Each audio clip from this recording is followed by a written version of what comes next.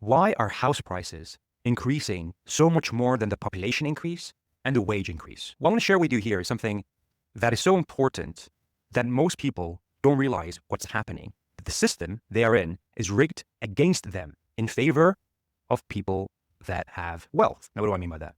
Back in 2001, house prices were 3 times a person's income in the UK. And in 2023, someone who wants to buy a house now needs to have 8.6 times their salary to buy the same house that someone in 2001 needed only 3 times their salary. This is the difference in wage increase versus house increase. And what this means is that accumulating wealth is harder for those relying on wages alone. So the question becomes, why are assets increasing much more than your wages? And the answer to this is that the system is rigged against you because there are government policies in favor of asset increases as opposed to wage increases.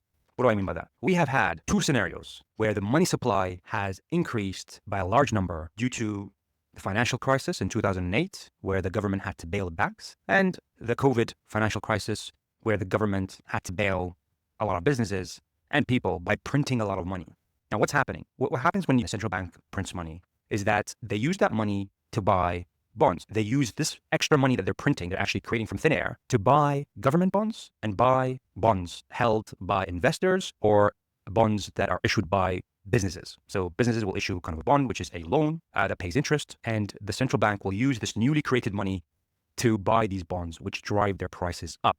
So people who hold bonds, investors, private investors, banks, will make a profit on these held bonds because the central bank will go in and aggressively buy these bonds, which drive their prices up. And so people will make money. Who are those people that make money? Well, it's the investors that hold these bonds, or it's the banks that just created these bonds, issued these bonds for the central bank to buy. And so banks have more money, investors have more money, which is given to them by the central bank.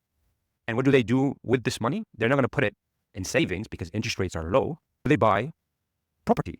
They buy shares. They invest this additional money that they have just received from the central bank, from thin air, which drives prices up. And on top of it, money is cheap because interest rates are low. So people who are able to afford deposits can buy houses and pay more because money is cheaper. It will cost less for them to borrow money, and that will drive prices even further. That doesn't just necessarily have to happen for house purchases. It could happen for shares. You could borrow money to buy shares, which again increases the value of those assets.